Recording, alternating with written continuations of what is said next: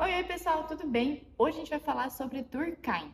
Ele foi um filósofo, um sociólogo, um cientista político e um antropólogo. E esse cara foi o responsável pela criação da sociologia. Durkheim foi o pai da sociologia.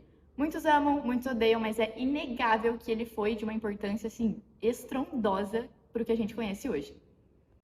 A gente vai falar bastante sobre Durkheim hoje, começando pela biografia, mas eu vou deixar a Bruna falar um pouquinho e já já volto.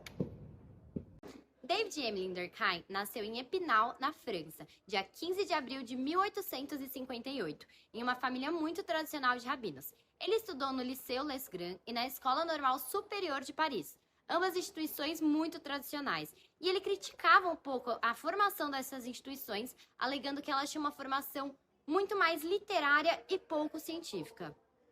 Durkheim estudou muito, e os seus estudos incluíam várias coisas, como direito, economia, filosofia, ciência da natureza, principalmente a biologia de Herbert Spencer, que foi um pensador que marcou muito a vida de Durkheim em relação aos modelos biológicos da aplicação sociológica e à psicologia por meio do Laboratório de Psicologia Experimental de William Wundt. Seus estudos nas diversas áreas induziram Durkheim a procurar modelos biológicos e sociais conjuntos e também a criar uma nova perspectiva para a antropologia. O conjunto de fatores trouxe uma formulação da teoria dos fatos sociais que afirmava o início do entendimento dos fatos gerais que marcaram as sociedades, como um exemplo são as leis, que seriam maiores e mais facilmente explicáveis do que as questões individuais psicológicas.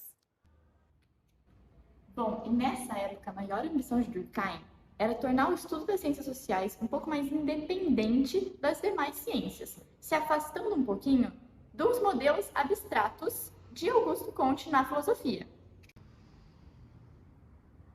Bom, e quando ele tinha 29 anos, ele focou em entender um pouquinho mais sobre os fatos sociais, que são a chave para o estudo sociológico. Mas isso eu não vou dar spoiler, porque quem vai contar é a Babi daqui a pouco. Bom, em 15 de novembro de 1917, o pai da sociologia, Émile Durkheim, morreu em Paris, na França. Agora a gente vai falar um pouco das obras de Durkheim. Esse é um dos principais livros dele. Ele fala sobre as regras do método sociológico, que ele quer falar diretamente com quem está iniciando nessa nova ciência, que para você seguir ela, você tem que se desprender de fatos psicológicos e emocionais. Você tem que seguir algumas regras que eu vou colar, que são o que é um fato social, regras relativas à observação dos fatos sociais, regras relativas à distinção normal e da patologia, regras relativas à constituição dos tipos sociais, regras relativas à explicação dos fatos sociais e regras relativas à administração das evidências.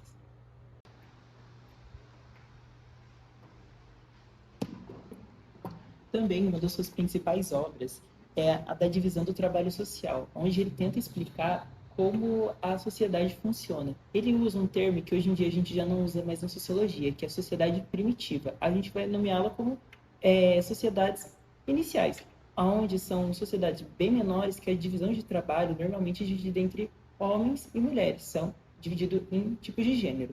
Já em outras sociedades, onde ele já localizava na Europa, esse trabalho era dividido de um outro tipo, era por qualificações. Então, o jeito que a gente pode explicar isso é uma agência de publicidade. A gente tem o atendimento, o designer, o planejamento, a criação. Então, cada um vai tendo um trabalho bem específico, que no final vai se juntar num único trabalho. E isso formando um bom trabalho. Só que isso também tem na medicina. E não é por causa que as duas são separadas que elas não estão juntas. Quando elas se conectam, a gente forma uma sociedade complexa. No livro Suicídio, Durkheim ele quer exemplificar que o suicídio é um fato social, que ele causa por meio de fatos sociais. Só que isso vai ficar um pouquinho lá para frente com o vídeo, espera um pouco. O último livro que eu vou falar para vocês é As Formas Elementares da Vida Religiosa, onde Durkheim ele fala que a religião é essencial nas sociedades primitivas, aquelas iniciais que eu falei antes. Aí é a partir que surge a filosofia e a ciência. Depois dessa curiosidade do porquê da religião, eles começam a se exercitar e criar meios de filosofia e a ciência. E é assim que a gente fica aqui por hoje das obras. Valeu!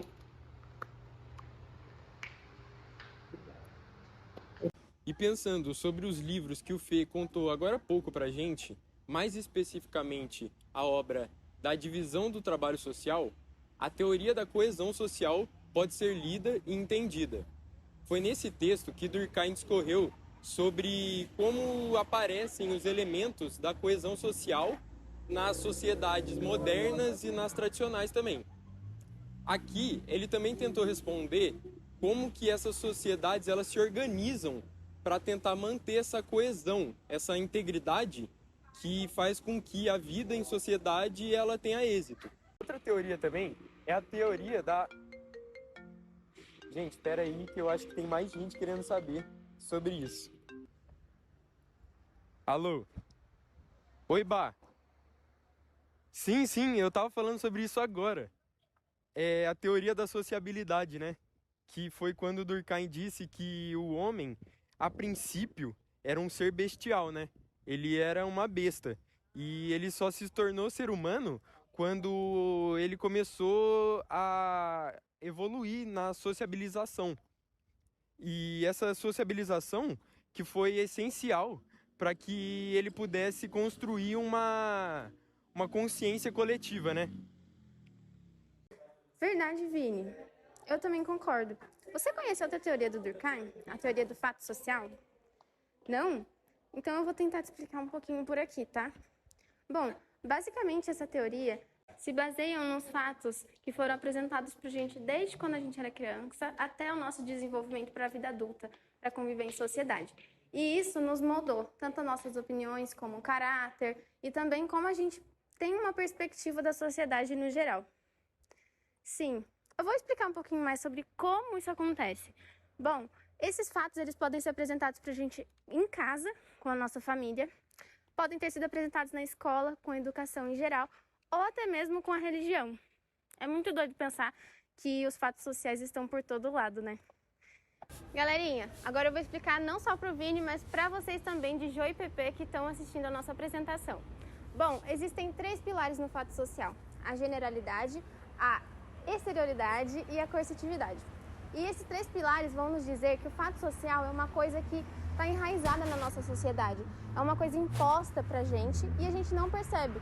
Tanto que diversos fatos sociais estão na nossa vida e a gente não percebe que eles estão lá.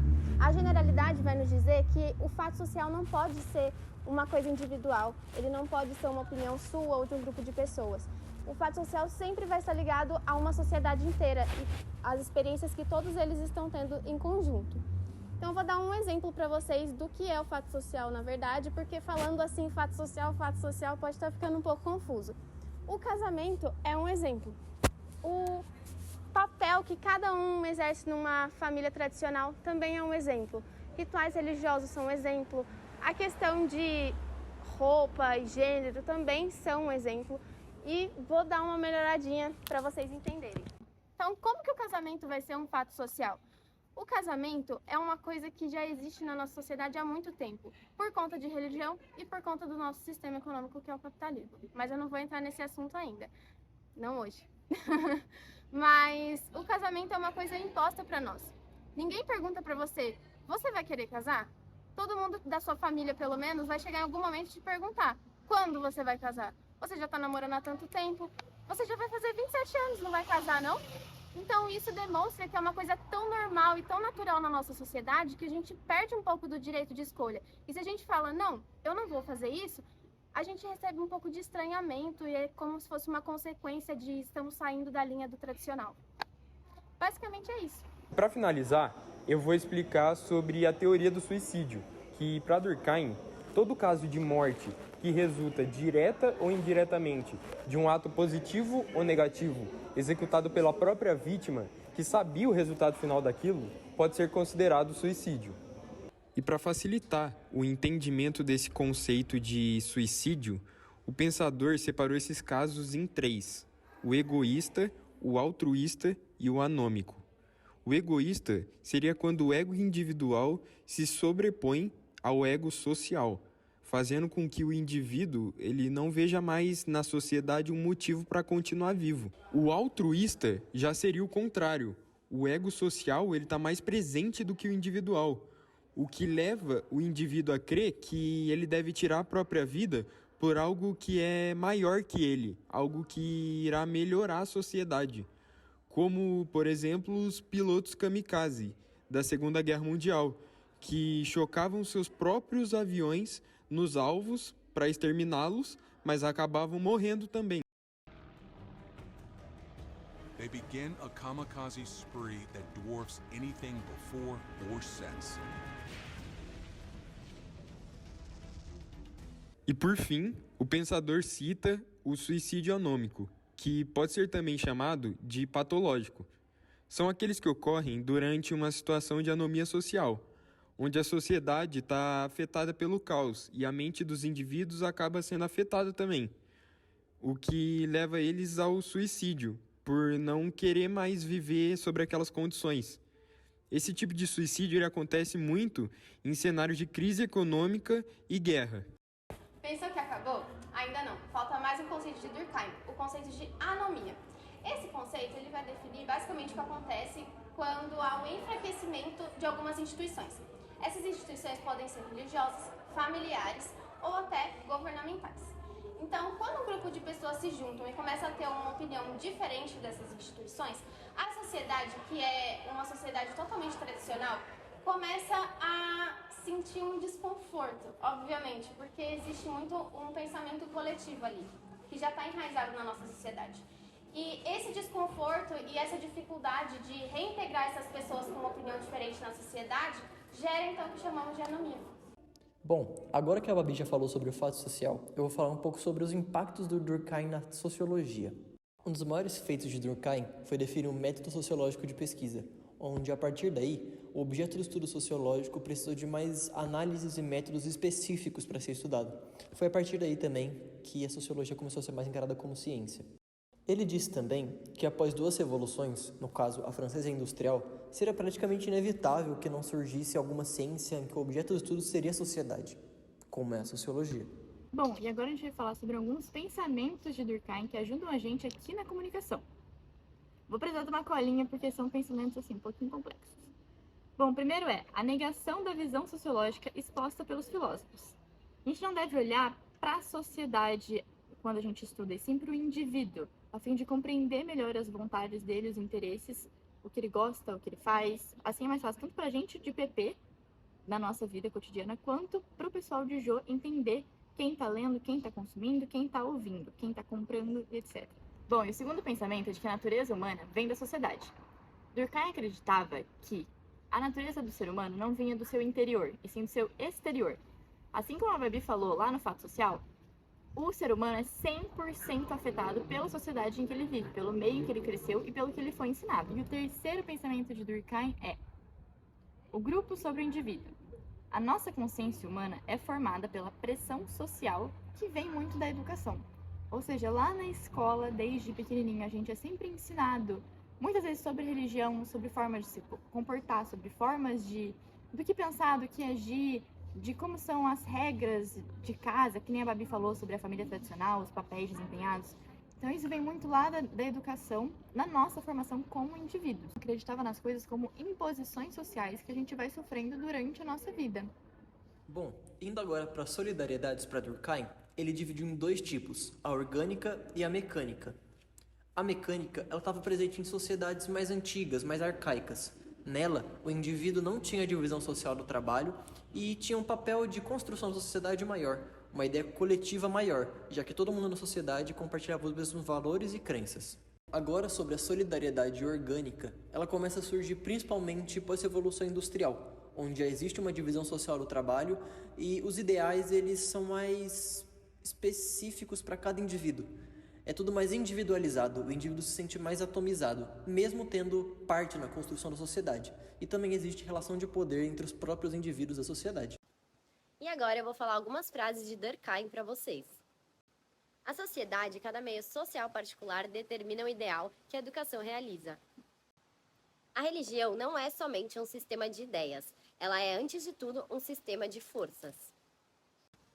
É fato social toda maneira de agir, fixa ou não, suscetível de exercer sobre o indivíduo uma coerção exterior, ou então, ainda que é geral, a extensão de uma sociedade dada, apresentando a existência própria, independente das manifestações individuais que possa ter. Então foi isso, pessoal. Espero que vocês tenham entendido um pouquinho sobre quem foi Durkheim na sociologia. Tchau, tchau! Valeu!